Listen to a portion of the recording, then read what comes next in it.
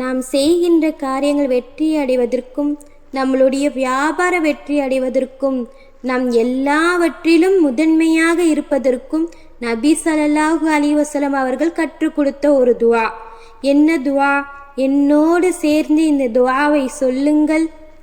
அல்லாஹும்ம இஜ்அல்னா முஃப்லிஹீன்.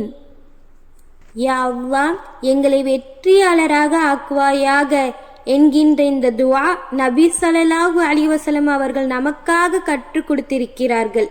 எனவே நாமும் இதை அதிகமாக ஓதுவோம். நாம் செய்கின்ற காரியங்கள், நாம் செய்கின்ற வியாபாரங்கள் வெற்றி அடைவதற்கு இந்த துஆ கண்டிப்பாக உபயோகமாய் இருக்கும். எல்லாம் வல்ல அல்லாஹ் எல்லா காரியங்களிலும் வெற்றி அடையக்கூடிய பாக்கியத்தை தந்தருள் புரிவானாக. அஸ்ஸலாமு அலைக்கும் வரஹ்மத்துல்லாஹி வபரகாத்துஹு.